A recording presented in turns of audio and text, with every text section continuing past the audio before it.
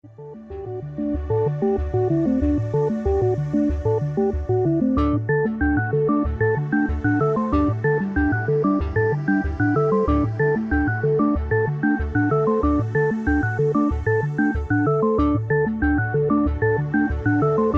Zero. Next Route.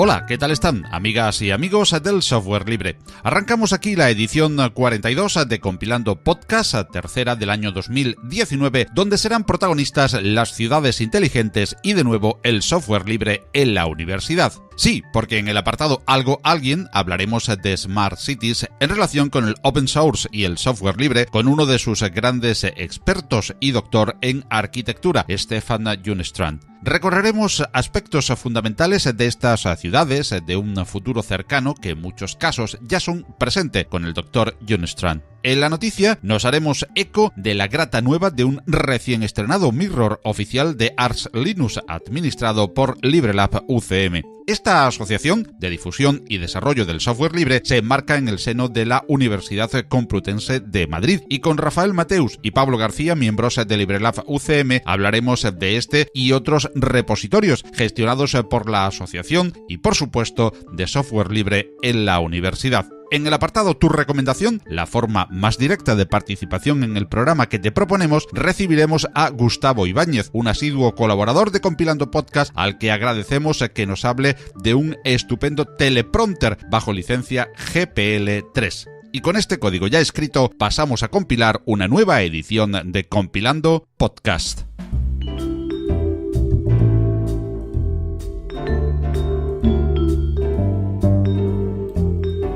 Algo, alguien.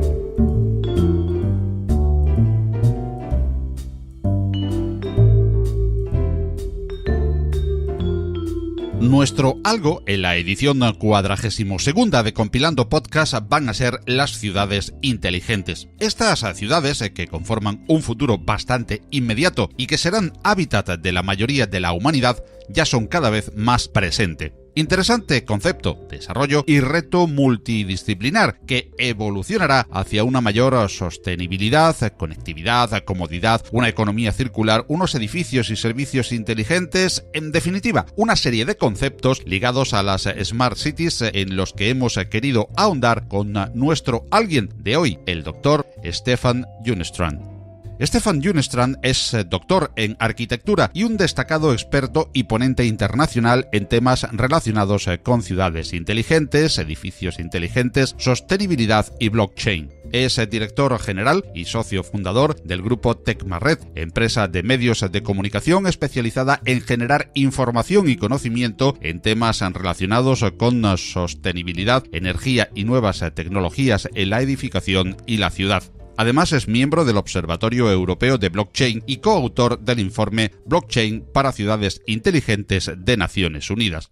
Hola Stefan, ¿cómo estás? Muy bien, muchas gracias. Aquí fenomenal, esperando este debate. Gracias por haber accedido a estar con nosotros compartiendo este tiempo de podcast en Compilando Podcast para hablar de las ciudades inteligentes, de las Smart Cities, en relación también con la temática de nuestro podcast, el software libre y el open source. Primero, creo que lo más lógico sería definir, Stefan, ¿qué es una ciudad inteligente? Hay muchas definiciones y yo creo que cada uno, dependiendo de dónde viene, lo puede definir en una manera diferente, ¿no? Pero una genérica que a mí me gusta, que es incluyente y define bien los objetivos, es que una ciudad inteligente o también denominado Smart City es una ciudad que aplica y utiliza las TIC, las tecnologías de información y comunicación, para su gestión, por un lado, y también para prestar los servicios para un mejor desarrollo y bienestar económico, social y medioambiental, que son los pilares del desarrollo sostenible, ¿no? Pero si vemos ese punto de vista, este punto de partida, que es cierto que las administraciones públicas,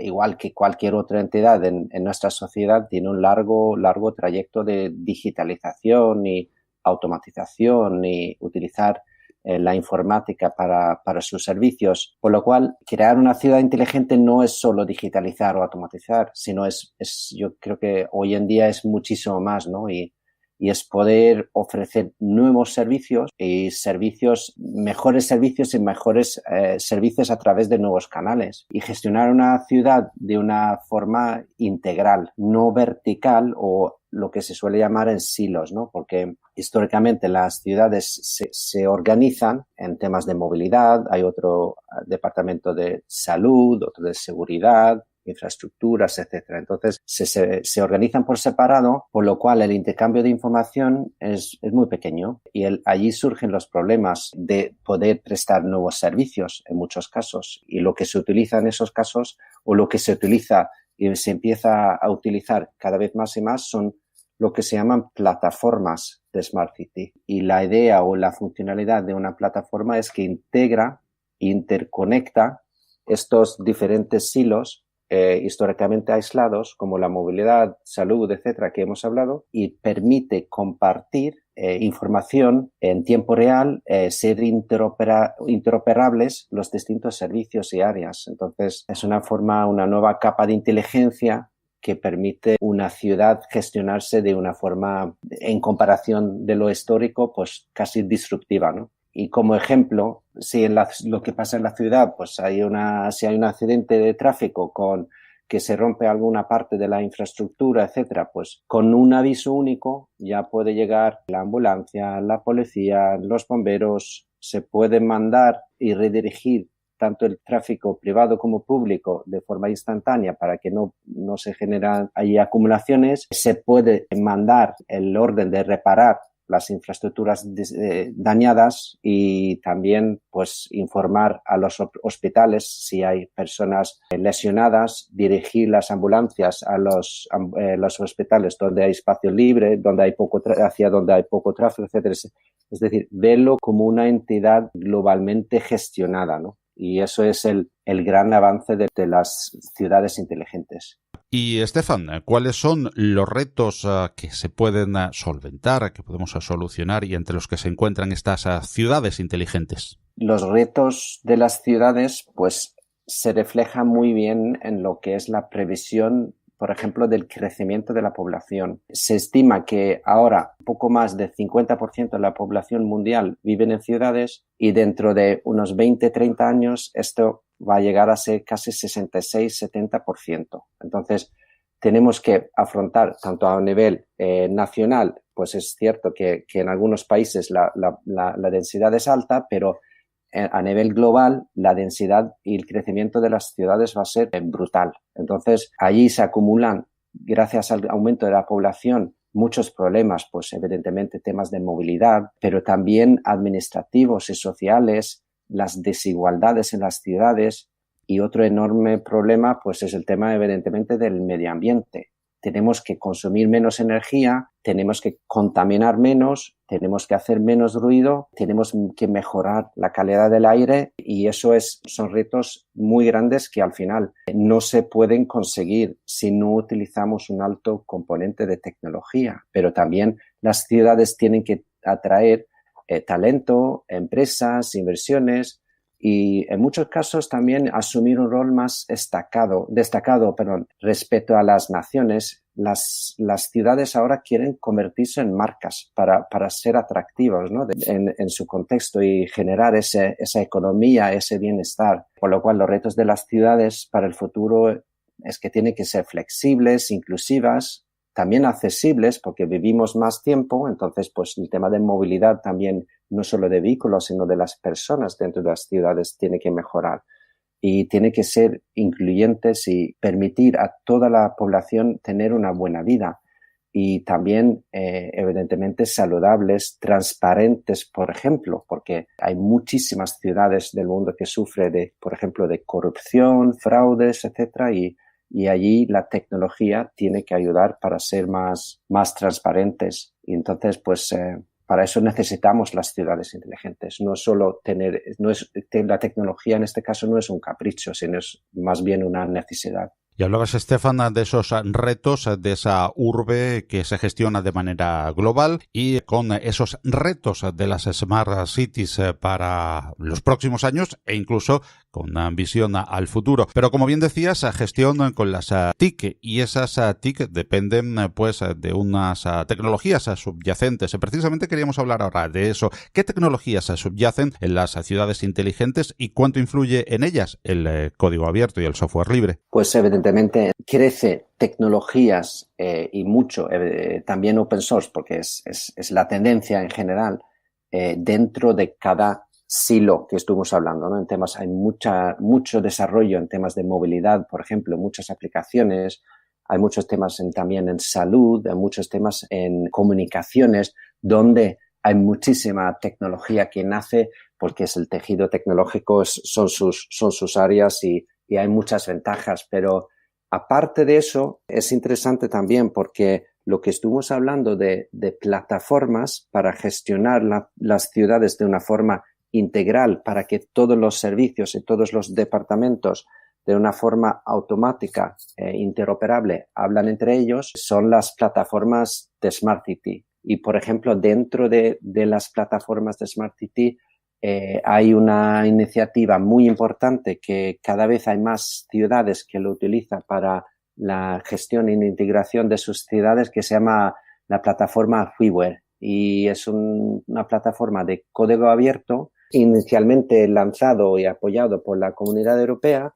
Y Freeware es una plataforma utilizada a nivel global. En España, por ejemplo, los miembros de Freeware son ayuntamientos como Santander, Málaga, Badajoz, aparte de empresas tecnológicas, pero también Montevideo es una ciudad miembro de Freeware y es lo bueno del Freeware es, por un lado, evidentemente, es una muy buena tecnología donde colabora todas estas ciudades que al final también son los usuarios y también, evidentemente, que es una tecnología open source, ¿no? Que exige quizá más del que lo utiliza, pero creo que hace una cosa muy, muy importante y es que obliga a las ciudades también a ser más conscientes y tener más conocimiento sobre la tecnología, porque quizá antes se ha contratado estas soluciones tecnológicas 100% desde fuera y no digo que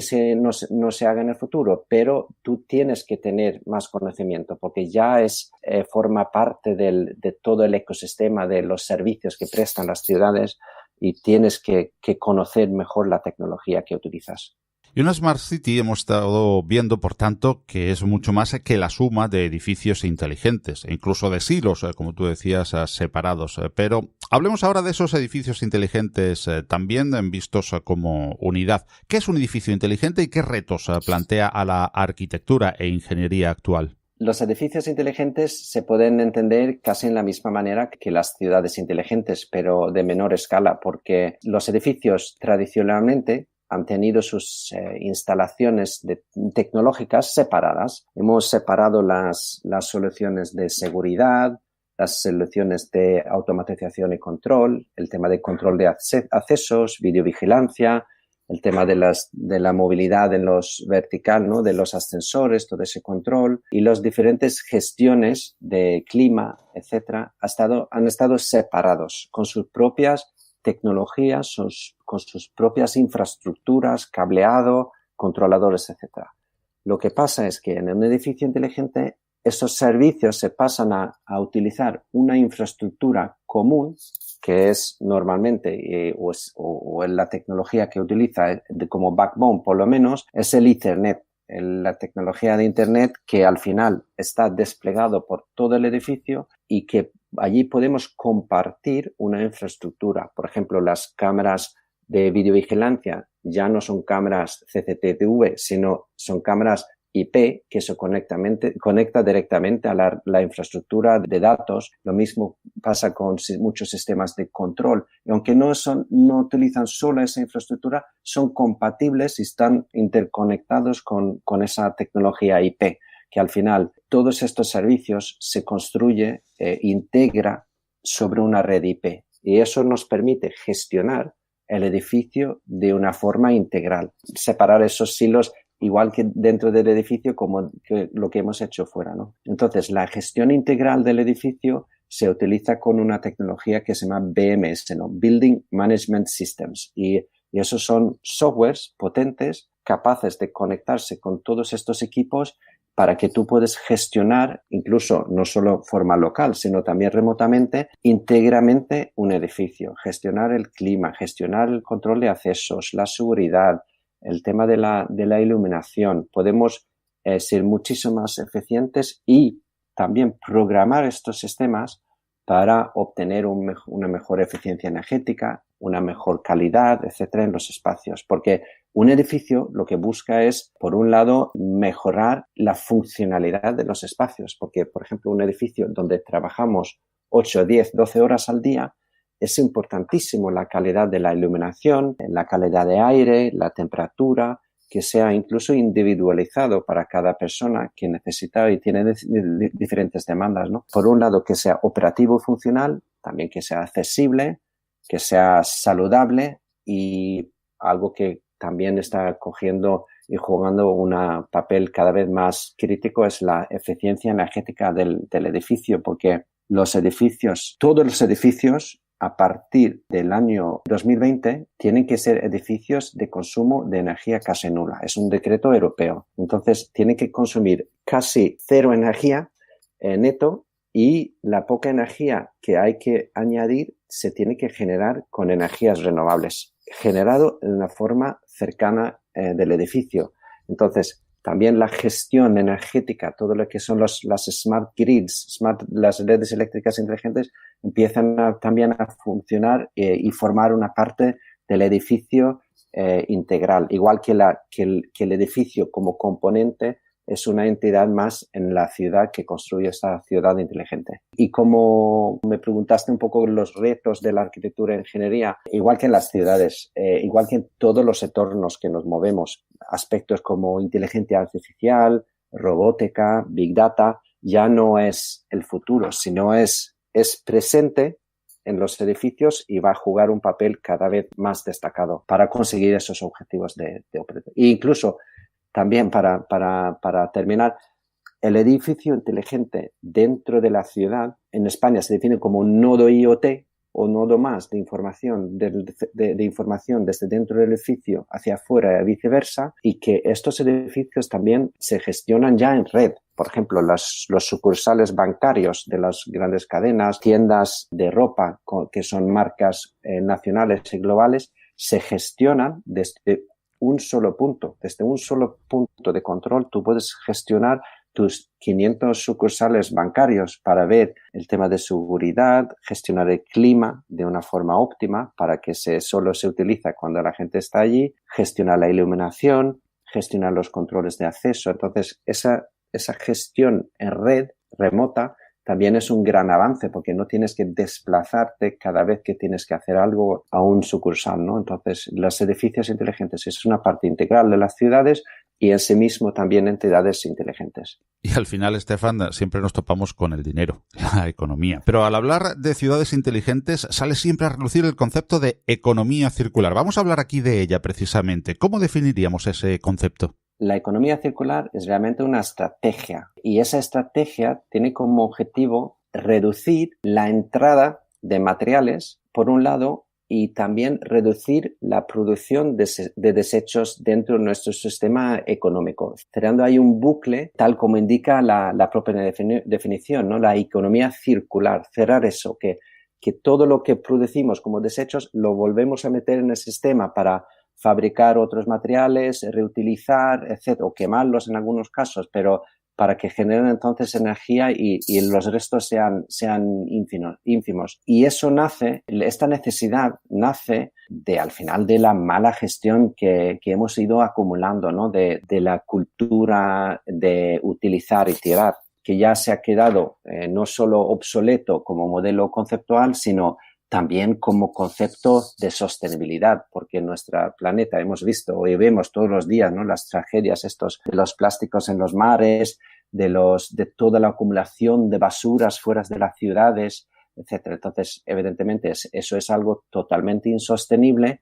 por lo cual la economía de las ciudades, igual que la economía de nuestros países, tienen que ser economías circulares.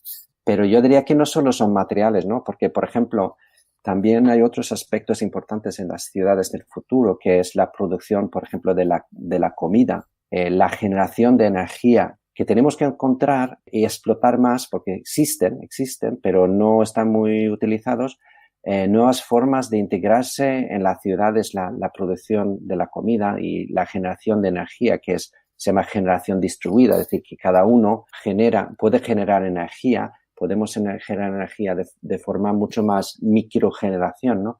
Pero que al final es mucho más eficiente y exige menos de gasto medioambiental que hacerlo de una forma tradicionalmente lineal y centralizada. Y al final se trata de que las ciudades sean ecosistemas más integrales y completos, y que sean ciudades pues con agua y aire limpia, que tenga su vegetación, sus animales, que sea una parte integral también de todo lo que consumimos y desechamos. Y eso no solo es una parte sostenible desde el punto de vista de la naturaleza, sino también desde el punto de vista de calidad de vida. Sabemos que si vivimos en ciudades con animales y que con más zonas verdes y más integrado en nuestro día a día, pues estamos también mejor, psicológicamente, ¿no? Mayor bienestar.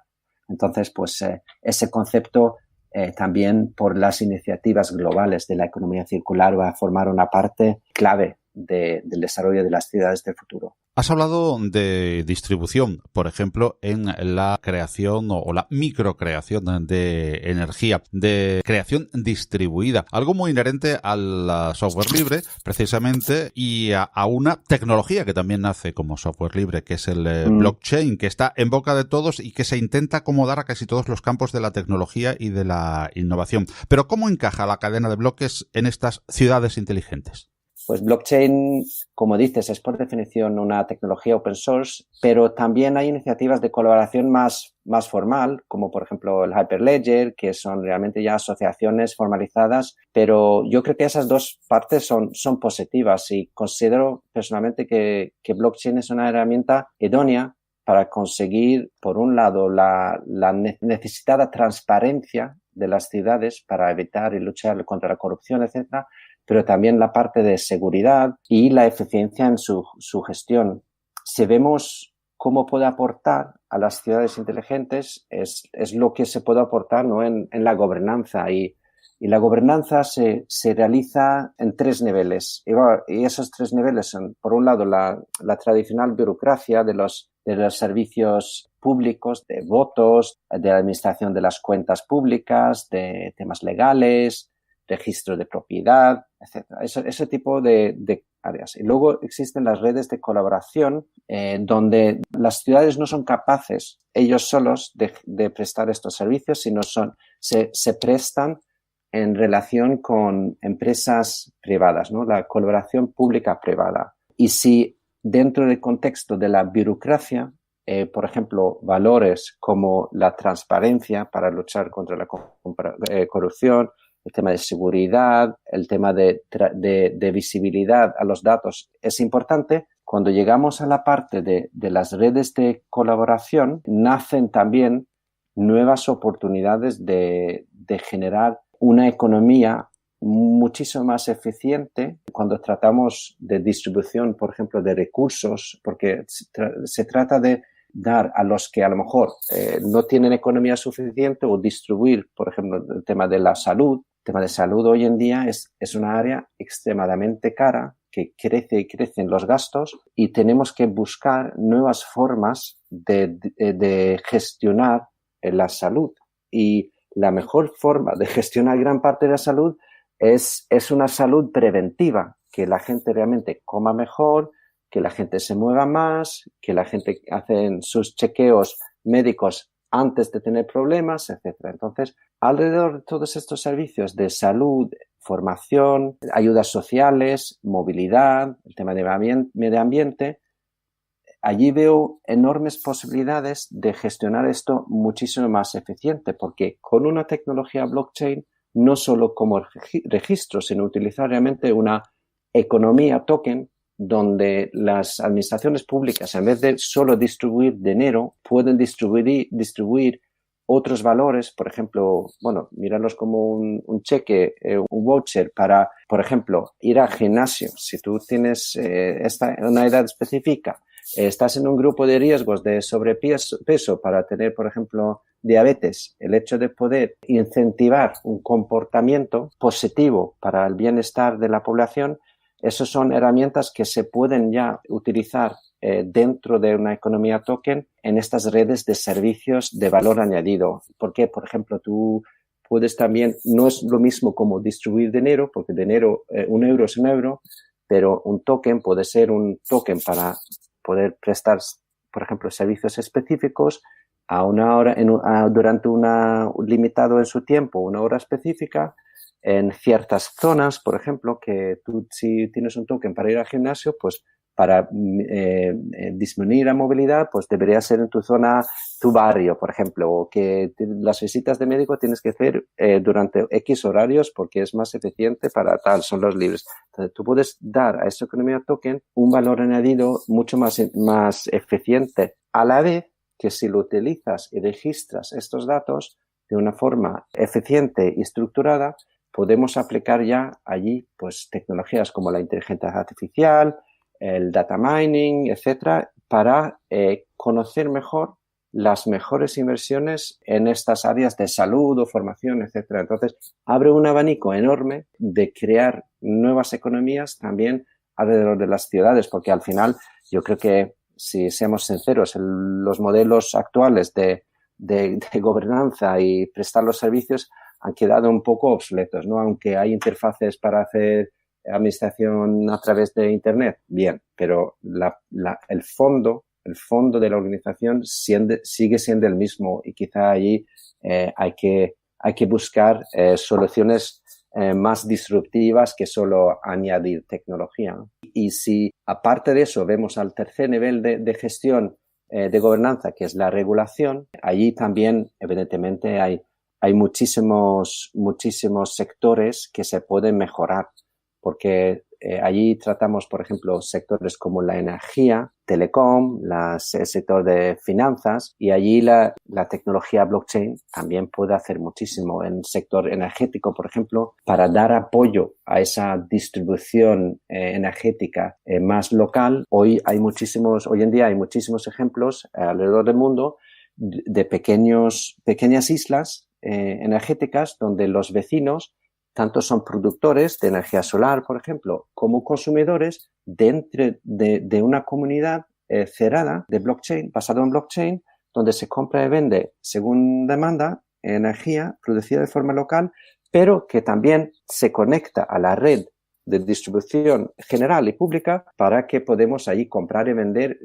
energía que sobra y comprar energía que necesitamos, pero no tenemos que mover toda la energía que consumimos en ese barrio por la red, sino se mueve solo de forma local, que es extremadamente más eficiente. Eso es, por ejemplo, un ejemplo. El sector de telecom también creo que es obvio los valores que aporta en la gestión de las redes, pero también es interesante ahí que es, como se habla y con derecho del tema de IoT, Internet de las Cosas, también nacen nuevas tecnologías IoT y soluciones que tienen embebidos el blockchain. Y eso abre también nuevas posibilidades, por ejemplo, de minar, nuevas estructuras de proof of work, etcétera, que da valor y alternativas a la tradicional estructura blockchain de forma de organizarlo, ¿no? Sino una forma muchísimo más distribuida donde cada nodo IoT, de cada cámara IP o lo que sea, puede hacer ese trabajo de verificación para la tecnología blockchain. Y finalmente, pues evidentemente el sector financiero es un sector donde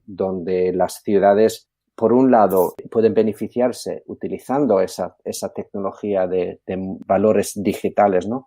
Que no significa que tienen que utilizar Bitcoin en sus servicios, pero pueden utilizar sus monedas tradicionales, el euro, pero digitalizado, porque una moneda digitalizada es muchísimo más eficiente que una moneda tradicional que tiene que pasar por todos estos sistemas administrativos tradicionales con los costes de los intermediarios, etcétera. Entonces, a la ciudad se puede beneficiar porque también tiene que ahorrar dinero la administración pública y utilizar el dinero de la forma más eficiente posible, y las criptomonedas, etcétera, para ellos es una oportunidad, además de todos los nuevos servicios que se puede prestar a través de esa economía token, ¿no? que puede surgir gracias a la tecnología blockchain. Y bajemos, si te parece, Stefan, ahora al nivel también siempre muy ilustrativo del ejemplo. ¿Se están llevando a cabo iniciativas, digamos, destacables en algunas ciudades que podríamos ahora citar como ejemplos de desarrollo actual, ya que nos decías hace un momento que las Smart Cities son ya un presente, aunque apunten hacia el futuro? ¿Podríamos hablar de algunos de esos ejemplos que ya se están llevando a cabo que nos puedan ilustrar?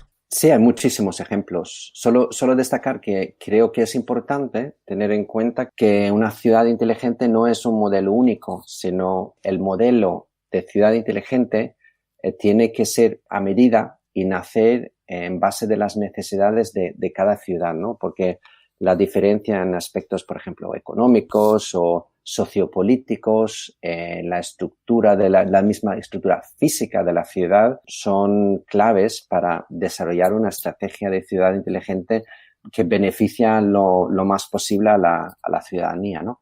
Entonces, pues, lo que quiero decir es, y también los esfuerzos tienen que empezar donde hay más necesidad.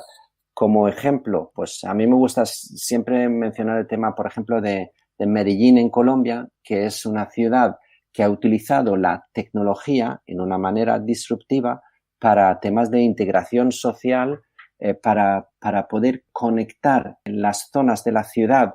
Es una ciudad que nace alrededor de un río, entonces pues las zonas más pobres, sin acceso a servicios, etcétera, se han ido subiendo a las montañas. Entonces la forma de integrar y permitir a estas personas moverse, bajar a la ciudad para trabajar, para estudiar, etcétera, de una forma eficiente y rápido, es construir lo que es el ejemplo del metrocable, que es realmente un metro que va en el aire por cable y conecta todos estos barrios antes marginales con la ciudad, y ha permitido una explotación en boom económico e integración social para esta ciudad increíble, ¿no? Entonces, no siempre tiene que ser tecnologías las más avanzadas en cada caso, sino utilizar la tecnología en una forma inteligente y disruptiva puedes conseguir muchísimo, porque con inversiones relativamente bajas, ¿no? Pero también depende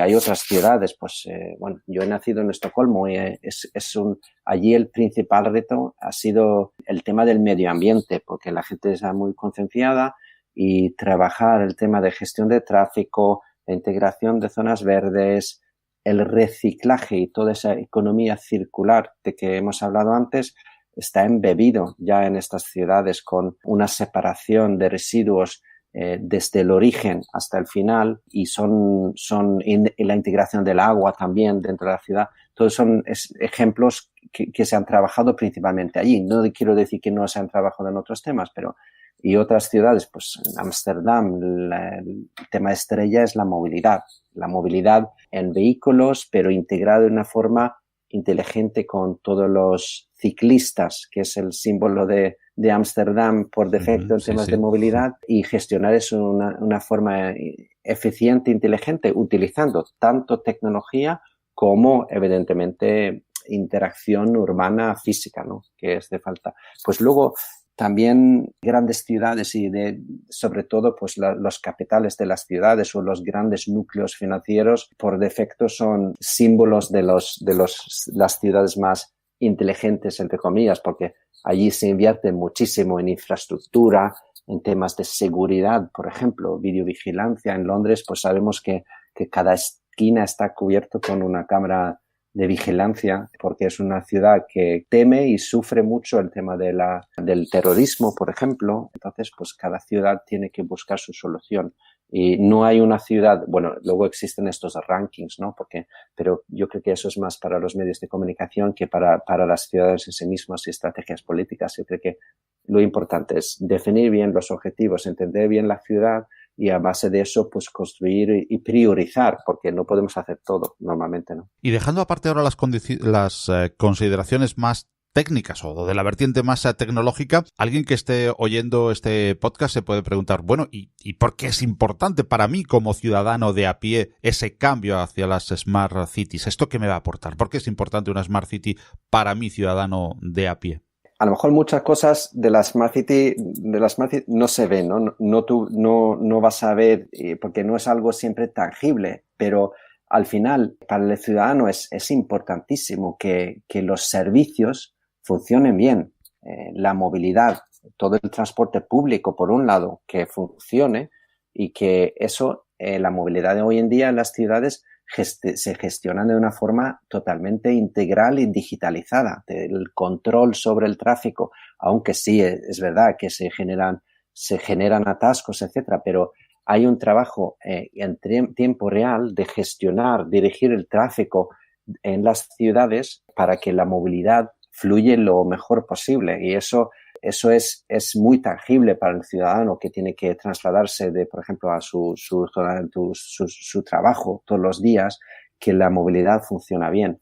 Y luego todo es criticable, ¿no? Pero eso es un tema que mejores servicios, pero mejores servicios de salud, mejores servicios, todos los servicios que tiene que prestar la ciudad, ¿no? Y por otro lado, también el acceso a esa gestión, el hecho de que la gestión al final se puede hacer desde el móvil o desde un ordenador, etcétera. La administración digital es clave también para evitar esos traslados innecesarios para rellenar formularios o hacer solicitudes, etcétera. Eso es un punto. Y otro también, evidentemente, es que una ciudad inteligente está mejor administrada que una ciudad que no integra sus distintas áreas entre ellas, que no trabajaba con eficiencia en la prestación de servicios, etcétera. Y al final es dinero público, el dinero que pagamos en impuestos, etcétera. Deseamos todos que se utilice de la forma más eficiente posible y ahorrar las administraciones públicas en la gestión y administración es crítico también. Y eso quizás no se ve, pero está allí. Al hilo, precisamente eso de eso que hablas, Estefan, quería también preguntarte y que orientemos un poco sobre la mentalidad que supongo tienen que cambiar en nuestros gobiernos municipales, estatales, europeos, etcétera, para la concepción de estas Smart Cities, porque como tú bien dices, y ya apuntas en la dirección a esa pregunta que también te quería formular durante la charla de hoy, los gobiernos y la manera no solamente de administrar, que ya apuntabas esos recursos, sino un poco la mentalidad y la manera de relacionarse el ciudadano con la administración también cambia mucho de una ciudad tradicional a esa idea de Smart City, ¿verdad? Pues totalmente de acuerdo. Es una muy buena pregunta y con mucho fondo, porque creo sinceramente que el modelo tradicional, tanto de la gestión como quizá incluso la representatividad política y la forma de hacer política en las ciudades ha quedado un poquito obsoleto si miramos otras formas de gobernar. Un poco también lo que presentan estos nuevos modelos, pues hay oportunidad ahora de generar una gobernanza muchísimo más participativa, porque la información está allí. Y yo creo que hay que pensar mucho cómo podemos incluir de una mejor manera la participación ciudadana, porque al final los ciudadanos son los usuarios y son muchas veces los que conocen los problemas reales que lo que se necesita en las ciudades, y allí intentar experimentar y probar nuevas formas de colaboración ciudadana y también evidentemente de gobernanza. Pero yo diría que los motores quizás en las ciudades de implementar estas nuevas tecnologías y las ciudades inteligentes muchas veces no son los mismos políticos, sino más bien son los funcionarios o consultores de las administraciones públicas que son los que realmente buscan una mejor gestión en las ciudades simplemente porque ven que lo de siempre ya no funciona bien, ¿no? Entonces, esa parte de no solo asociar las ciudades con los políticos, sino también con los funcionarios que que son muchos que demuestran un interés enorme en mejorar sus ciudades y ser parte de esa revolución al final que significa el uso de las tecnologías en muchos casos. Y la tecnología, quizá especialmente el open source, ¿no? Que está muy ligado al ciudadano y el hecho de poder formar parte de cómo queremos vivir en nuestras ciudades es importantísimo. Y hay que mirar las oportunidades que dan las tecnologías, y ahí hay muchas oportunidades, pero también, es decir, tenemos que también aceptar cosas que antes hemos dado por hecho, que por ejemplo el tema el voto online, que hoy en día todavía tenemos que ir a votar a un sitio específico, etcétera, etcétera, que hace que la participación ciudadana es baja. Cada vez los políticos se quejan más de que la poca participación, etcétera, pero es obvio porque estamos acostumbrados a hacer todo con el móvil hoy en día, y lo que no podemos hacer con el móvil pues ya cuesta más. Entonces temas como por ejemplo solo eso de votar, ¿no?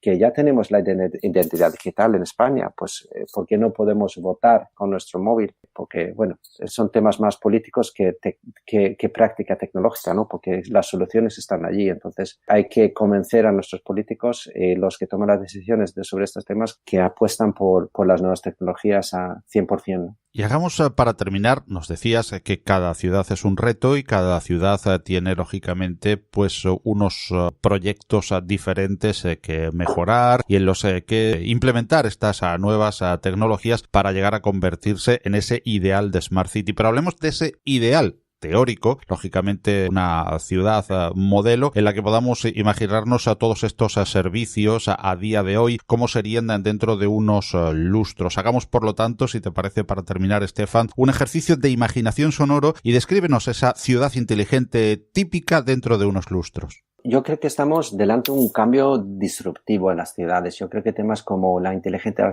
artificial, la robótica y todo en su conjunto va a cambiar cosas que hemos dado por hecho durante muchísimo tiempo, y creemos que es un modelo cerrado y que no se puede cambiar, ¿no? Por ejemplo, yo suelo utilizar el ejemplo de los vehículos, el transporte en la ciudad.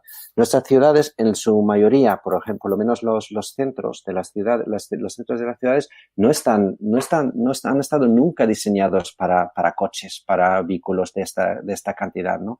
Pero ahora damos por hecho y pensamos que es un derecho, etcétera, etcétera, conducir nuestro propio coche por las ciudades y aparcar donde queramos, etcétera. Entonces, si nos imaginamos una ciudad dentro de 10, 15 años, o quizá 20 en algunos casos, para que desaparezcan totalmente los vehículos privados, pero nos imaginamos esa ciudad donde los vehículos que viajan por las calles son vehículos autónomos, que es decir, que no hay conductor, son eléctricos, son eficientes, están conectados, y con a lo mejor un 5 o 10% de los vehículos que vemos en la ciudad hoy en día podemos resolver todos los problemas de movilidad, porque los vehículos, la gran parte, pues 97 o 95% del tiempo están aparcados o están en atascos, etcétera. Entonces, imaginamos que podemos quitar el 95% de los vehículos que están en la ciudad, y que esos vehículos no suenan ni contaminan, y que podemos recuperar nuestro espacio público de las calles.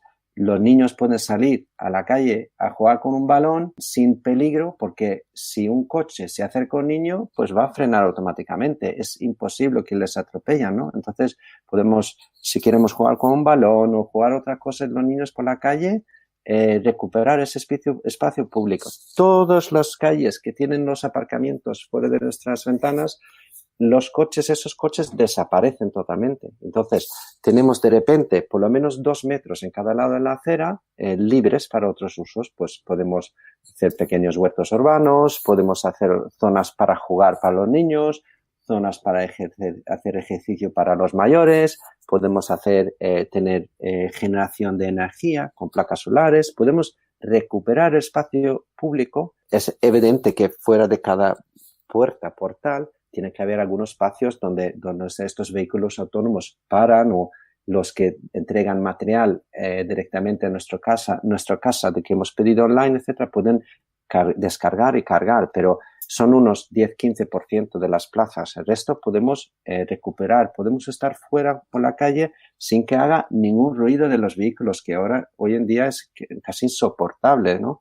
Entonces, es una visualización de cómo pueden cambiar las ciudades hacia ciudades muchísimo más agradables, con un tema medioambiental genial en comparación de lo que tenemos ahora. Y eso la tecnología está allí, que no es un problema tecnológico. Esto es solo un tema político, un tema de que es difícil con tecnologías disruptivas, porque todos estos fabricantes de los coches, toda la maquinaria de empleos, etcétera, pues tiene que cambiar, ¿no? Entonces, son cambios disruptivos, pero igual que se cambió caballo por el vehículo motorizado, pues ahora hay que cambiar el vehículo motorizado por 10% menos o 90% menos y vehículos autónomos. Y entonces buscar esas soluciones y asumirlos, porque al final es para el beneficio de todos. Y eso un poco, a lo mejor, una imagen de una ciudad de futuro que la gente no está pensando cuando hablan del futuro, es porque piensa en tecnología, porque al final lo que conseguimos con las tecnologías es una ciudad mucho más abierta, accesible, inclusiva, mejor en tema de medio ambiente, etcétera. Entonces, eso es lo que yo quiero de una ciudad de futuro. Pues muchísimas gracias, Stefan Junestrat, por haber compartido con nosotros esta visión de la ciudad del futuro, del estado actual de esas Smart Cities, de la influencia, del objetivo también de este podcast, de la tecnología en abierto y del software libre dentro de esas tecnologías, de ese estado de algunas de las ciudades, esos ejemplos que hemos repasado. En definitiva, gracias por habernos ofrecido esta visión global en Compilando Podcast sobre las Smart Cities. Pero probablemente muchos de nuestros oyentes que hayan oído este podcast quieran ya profundizar en estos temas, y a buen seguro Stefan tiene para ofrecernos sitios donde recurrir, donde ampliar la información y donde conocer también sus trabajos, sus publicaciones y sus conferencias, las del propio Stefan. ¿Nos puedes indicar dónde ampliar esta información y dónde conocer más tus trabajos, Stefan, por favor? Con mucho gusto. Creo que la mejor información sobre ciudades inteligentes lo pueden encontrar los lectores en un portal que gestionamos, que se llama smartcity.es, es decir, smartcity pero con e.es, donde publicamos diariamente información en castellano sobre ciudades inteligentes. Es un canal objetivo, sin ningún otro interés, que proporciona la mejor y más actualizada información sobre ciudades inteligentes. Y, por supuesto, también invitar a los oyentes a visitar mi página web, que es stefanhunestrand.com, mi LinkedIn, donde publico cosas, o el Twitter, que es @shunestrand, y cualquier cosa que el público tiene, pues encantado de intentar ayudar e informar de la mejor manera posible. Pues muchísimas gracias, Stefan, por este tiempo de podcast compartido, y a buen seguro te emplazamos ya para en diferentes ocasiones seguir hablando de este futuro que ya es presente de las Smart Cities aquí en Compilando Podcast. Muchas gracias, un saludo. Muchas gracias, encantado. Compilando Podcast, un podcast de GNU Linux y software libre.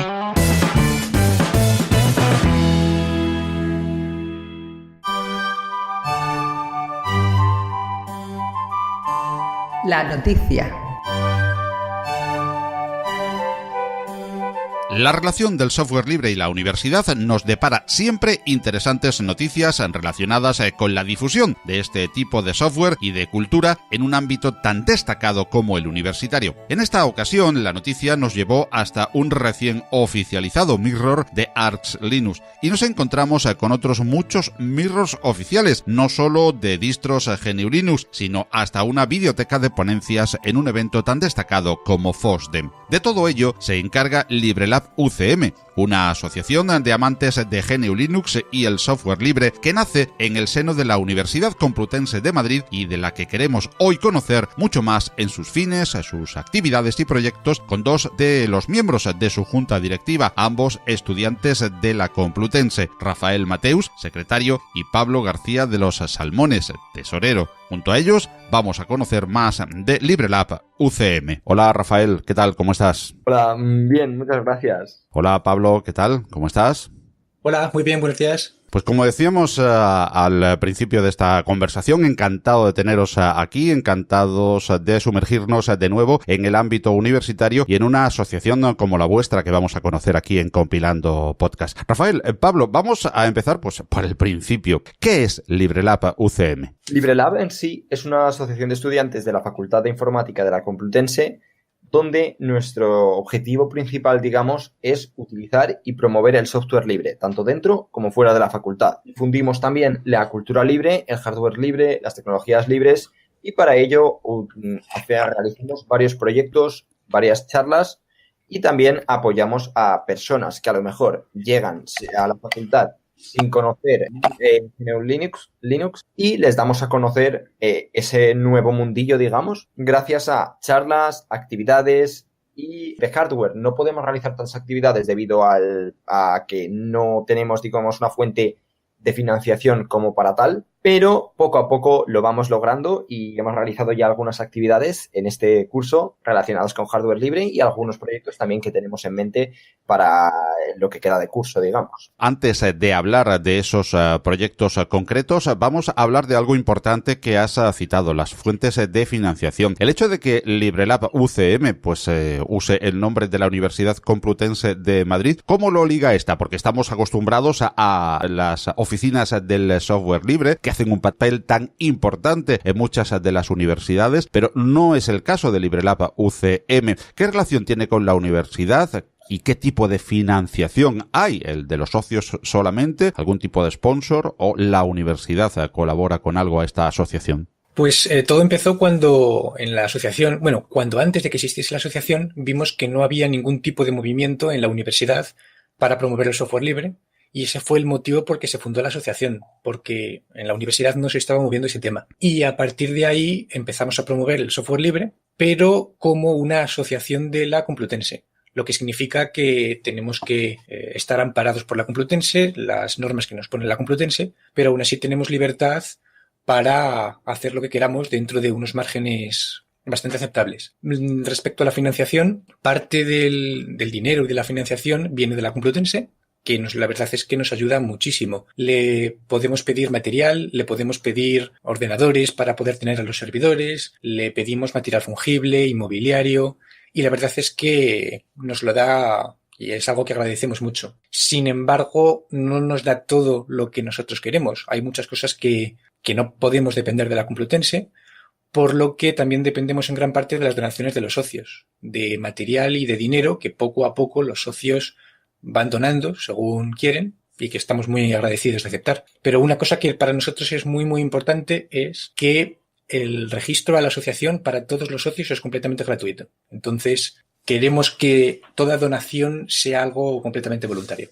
Y hablemos ahora de actividades. No vamos a hablar, si os parece, de momento de los mirrors, porque esa es la noticia que queremos destacar, aunque siempre es una buena noticia que asociaciones como LibreLab UCM estén haciendo diferentes actividades en el ámbito universitario. Queríamos destacar también la importante noticia de que luego ya comentaremos en más amplitud de ese mirror de Arts y alguna que otra sorpresa que nos van a comentar Rafael y Pablo en esta conversación dentro de Compilando Podcast. Decíamos que aparte de esos repositorios vamos a hablar de diferentes actividades que habéis mencionado antes que tiene LibreLab UCM. Ponednos como ejemplo algunas de las actividades que realizáis y por favor comentadnos para aquellos que se quieran animar a participar las que vais a tener próximamente.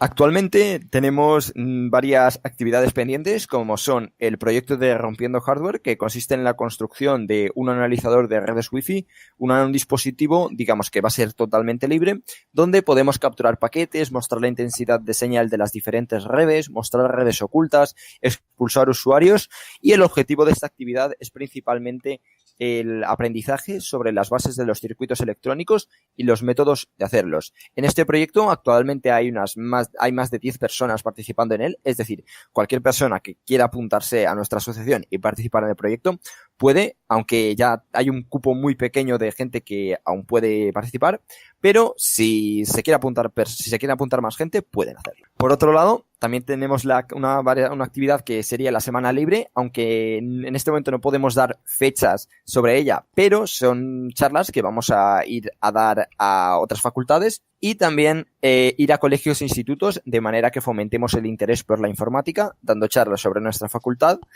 y también hablando un poco sobre el LibreLab, lo que es, de manera que consigamos fomentar este estudio, digamos, en alumnos que no saben qué estudiar aún o que tienen en su mente ya la idea de ir a algo relacionado con la informática, pero aún no están seguros si ir a software o a computadoras. Esto, digamos, les abriría el camino, ya que con nuestras actividades hacemos actividades tanto de hardware como de software. Y aprovechando que sois una asociación universitaria, como decíamos, y esa relación con la Universidad Complutense de Madrid, donde, ahora me corregís si me equivoco, creo que ya no existe oficina del software libre, os quería preguntar, pues, ¿qué opináis sobre ese trabajo que hacen las oficinas del software libre en aquellas universidades donde las hay? Y sobre todo, de la relación poca, creo, de momento, no sé lo que opinaréis vosotros, del software libre en las enseñanzas universitarias, el poco uso de los universitarios del software libre y el poco conocimiento y en general en toda la educación. ¿Qué opináis sobre esto, Pablo, Rafael? Pues sí, así es, completamente como lo has comentado. El software libre no se usa en temas de educación. Respecto a la oficina de software libre, hace 11 años, si no recuerdo mal, se intentó fundar una oficina de software libre, pero por falta de personas y de esfuerzo, al final la oficina de software libre de la Complutense murió. Sin embargo, hace un par de años se ha intentado volver a revivir, está todavía en proceso. Lo que pasa es que las actividades que hacen todavía no han retomado con suficiente fuerza. Estáis un poco vosotros supliendo de momento y bueno, y con buena nota esa carencia en la Universidad Complutense, ¿verdad? Sí, así es. Nosotros lo que intentamos es, como ya comentó antes Rafa, el promover el uso de software libre tanto dentro de la Complutense como fuera. Y en concreto en la Complutense tenemos ciertos grupos o ciertas actividades encargadas de que los propios alumnos de la Complutense puedan tener la libertad de usar software libre en sus asignaturas. Por ejemplo, tenemos un grupo que se llama Liberar la FDI, que su motivación principal es la de permitir a los alumnos de la Facultad de Informática que puedan usar programas libres en sus asignaturas. Por ejemplo, la asignatura de programación requiere Visual Studio para programar. Pues nosotros intentamos hablar con profesores, departamentos, con alumnos. Tenemos una wiki en liberarfdi.librelabucm.org en la que tenemos documentación de cómo usar estos programas libres para facilitar todo lo posible a los alumnos el uso de estos programas. Y luego también tenemos otras actividades que se encargan de programas o de detalles más concretos. Por ejemplo, talleres en los que se cuenta cómo usar Git, cómo usar GitLab. Tenemos también un servidor de GitLab para facilitar a la gente el uso de software libre en sus proyectos de programación. También asignaturas como base de datos, aplicaciones web. Todas las asignaturas en las que vemos que los alumnos tienen la obligación o tienen la preferencia de usar software privativo, nosotros intentamos entrar y comunicarnos entre alumnos y profesores para intentar cambiar esa situación. Interesante iniciativa. Con respecto a la difusión del software libre, que, bueno, sí es poco usual en general en cuanto a niveles de usuarios de escritorio, hablamos, por supuesto, en la sociedad en general, también lo es, desgraciadamente, en la educación y en la educación universitaria. Pero tenemos una grata noticia, además, patrocinada por LibreLab UCM, y es que uno de los mirrors de ARS en España, pues está mantenido y lo ha conseguido LibreLab UCM. Contadnos de dónde partió esa iniciativa y cómo se ha conseguido. Pues desde hace muchísimos años queríamos tener un servidor en el que poder alojar nuestros propios servicios, nuestra página web, y que fuese un servidor que todo lo que tuviese fuese completamente libre. Tenemos una página web libre, un servidor con un sistema operativo libre, todo lo que tiene el servidor es libre. Sin embargo, nosotros lo que queríamos era también dar la vuelta a la situación, permitir ayudar a la gente a que usase el software libre. Por lo tanto, empezamos a instalar en nuestros servidores diferentes servicios que eran libres, con la idea de que la gente, los socios de LibreLab y todo el mundo en general los pudiese usar. Ya desde hace mucho queríamos tener mirrors de diferentes distribuciones. El problema es que tener un mirror de una distribución de GNU Linux no es fácil, ya que ocupa mucho espacio, se necesita ancho de banda, es complejo. Por ese motivo, al final lo hemos ido dejando año tras año. Sin embargo, en estos últimos meses hemos conseguido ya el material suficiente o los requerimientos suficientes como para poder llevarlo a cabo. Y ese es el motivo por el que el 1 de enero de 2019 empezamos a trabajar con nuevos mirrors. Entonces hicimos un mirror de los repositorios oficiales de Arch Linux y unas semanas más tarde nos respondieron con que habían evaluado nuestro mirror y que lo habían añadido a la lista de mirrors oficiales. Y la verdad es que estamos muy contentos por ello. Estamos viendo que es un éxito, que hay muchísima gente que lo usa y que hay mucha gente que son usuarios de Arch Linux que han notado una diferencia a la hora de actualizar e instalar aplicaciones, ya que usando unos mirrors que están mucho más cerca físicamente, les actualiza el sistema mucho más rápido. Sin embargo, esto es simplemente una de las pequeñas cosas que hemos hecho para favorecer esta comunidad de software libre. El mirror de Arch Linux lo anunciamos hace aproximadamente un mes. Una semana más tarde anunciamos otro mirror que habíamos montado, un mirror de CentOS, que sorprendentemente para mucha gente ha sido usado muchísimo más que el mirror de Arch Linux, pero no nos quedamos aquí. Tenemos más mirrors que hemos estado montando, como por ejemplo un mirror de Triskel, que hace muy poquito nos acaban de informar de que ya es un mirror oficial. Es un mirror que todavía hasta ahora no habíamos contado que teníamos, pero que ya hay alguna persona que ha usado. Entonces es para nosotros un orgullo poder ofrecer esta posibilidad. ¿Y dónde se alojan físicamente esos mirrors? Entiendo que los mantenéis vosotros. Económicamente, ¿quién participa en el mantenimiento? ¿También LibreLab con sus propios fondos? Más o menos.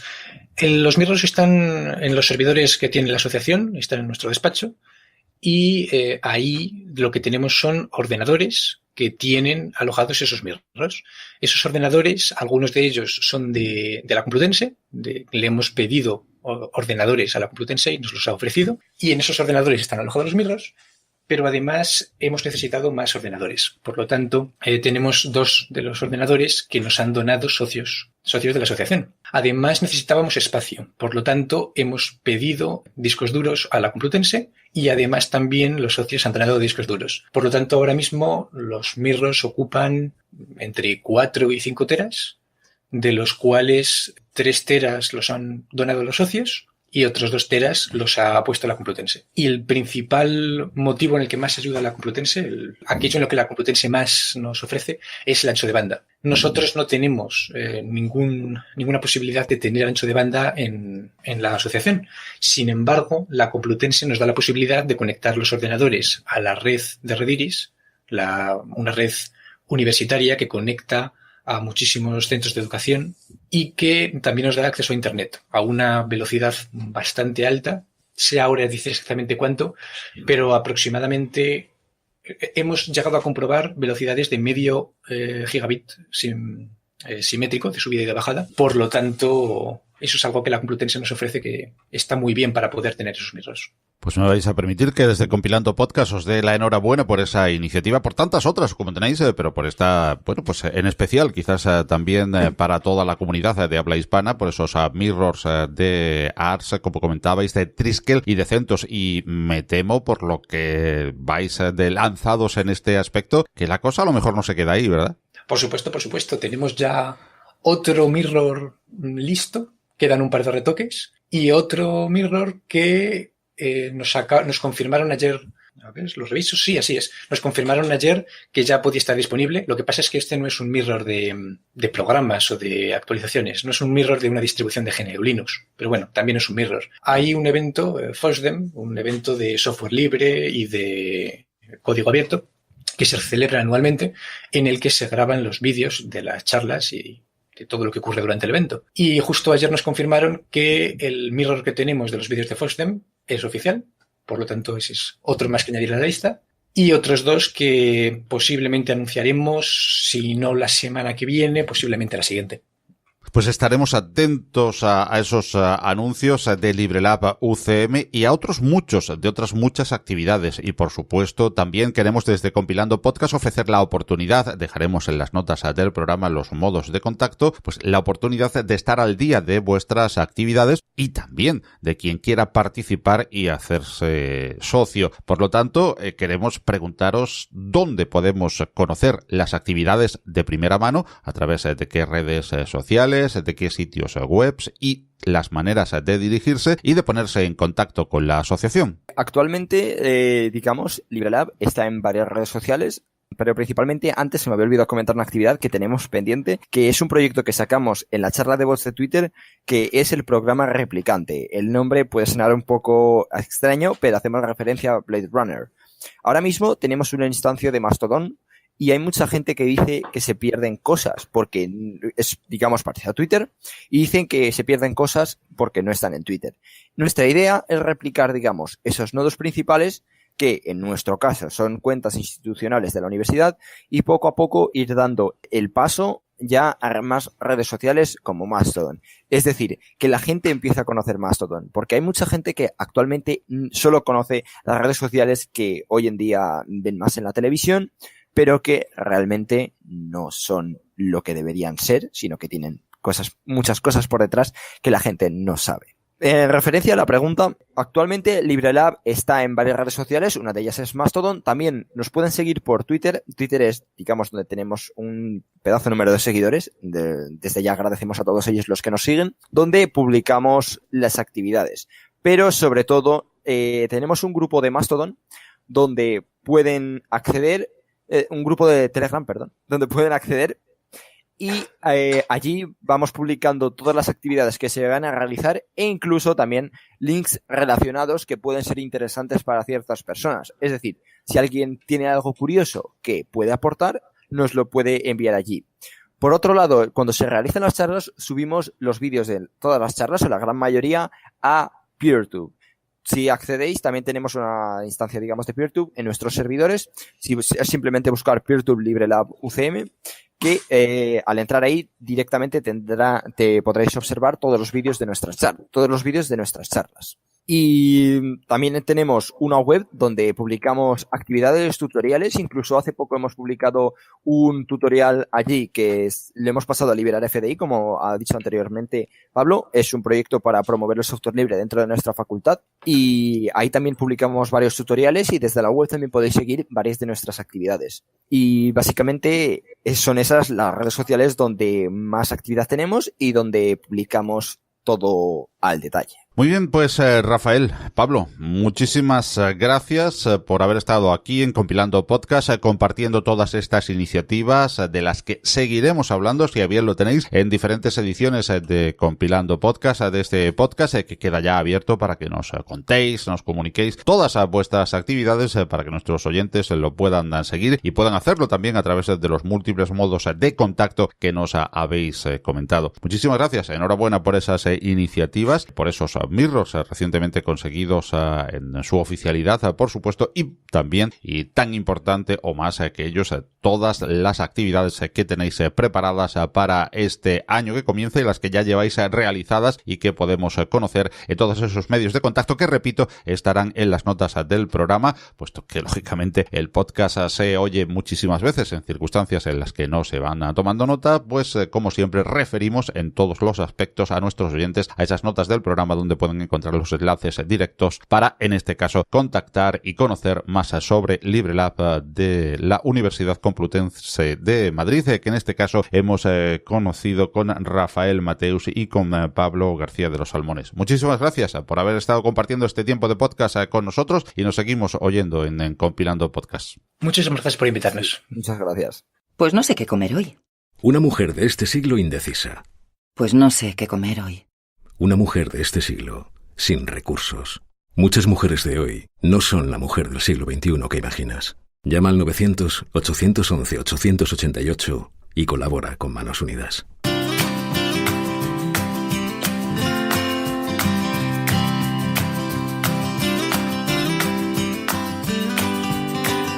Tu recomendación.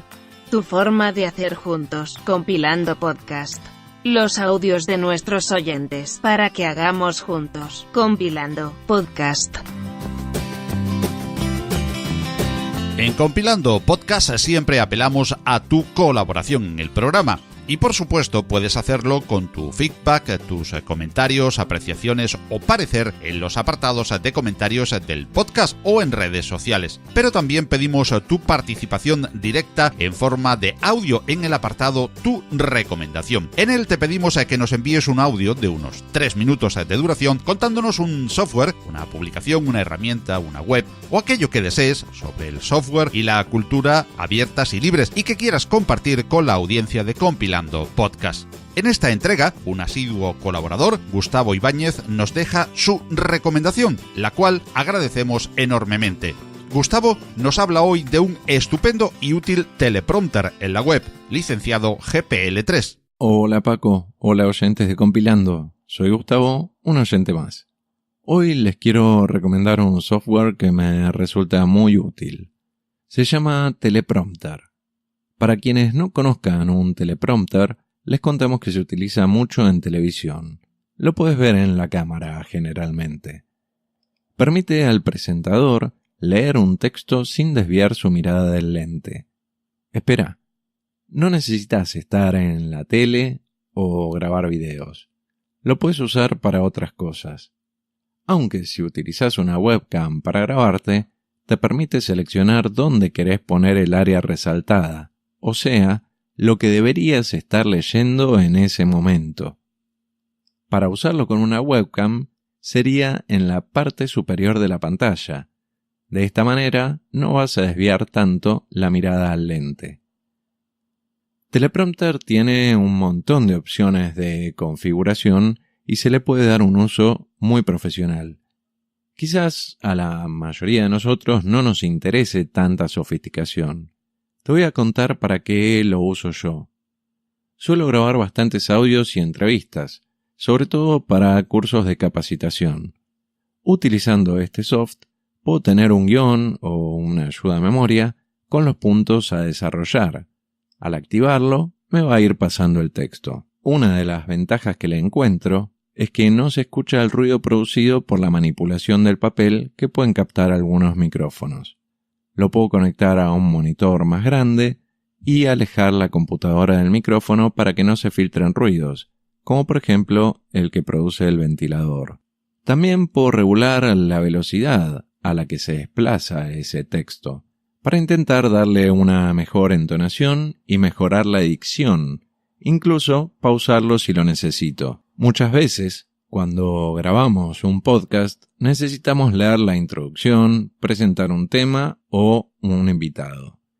Con este programa podés hacerlo de manera muy sencilla, ya que te permite importar, pegar un texto que tengas en otro documento o tipearlo directamente en el programa.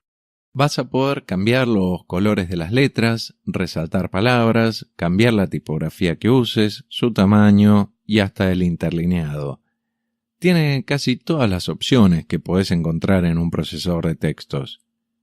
Si querés, podés incorporar también un cronómetro, para poder tener un poco de control del tiempo que te lleva a leerlo, y muchas opciones más, que si te interesan, te invito a descubrirlas. La URL para descargar este soft es www.imaginary.tech/teleprompter. Lo puedes encontrar en las notas del episodio. Muchos saludos y gracias por el podcast. Hoy me voy a hacer 10 kilómetros. Una mujer de este siglo que quiere preparar una carrera. Hoy me voy a hacer 10 kilómetros. Una mujer de este siglo que quiere beber agua. Muchas mujeres de hoy no son la mujer del siglo XXI que imaginas. Llama al 900-811-888 y colabora con Manos Unidas.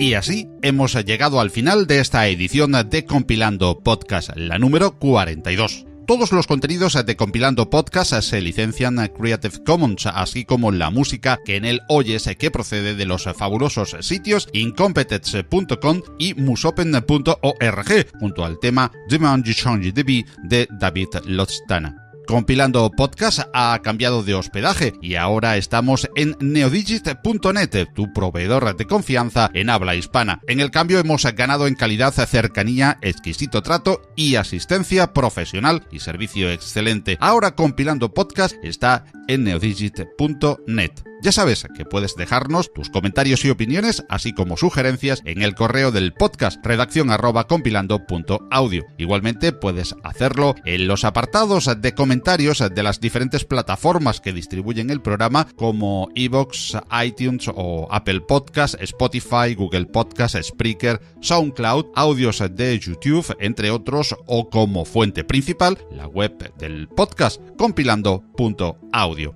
Hasta nuestro próximo encuentro en la red, si Dios quiere, os deseamos salud y felicidad, con un saludo especial a todos y a todas de quien os habla, Paco Estrada, y por supuesto os recomendamos siempre disfrutar de mucho y buen software libre, ¡que lo hay! ¡Hasta luego!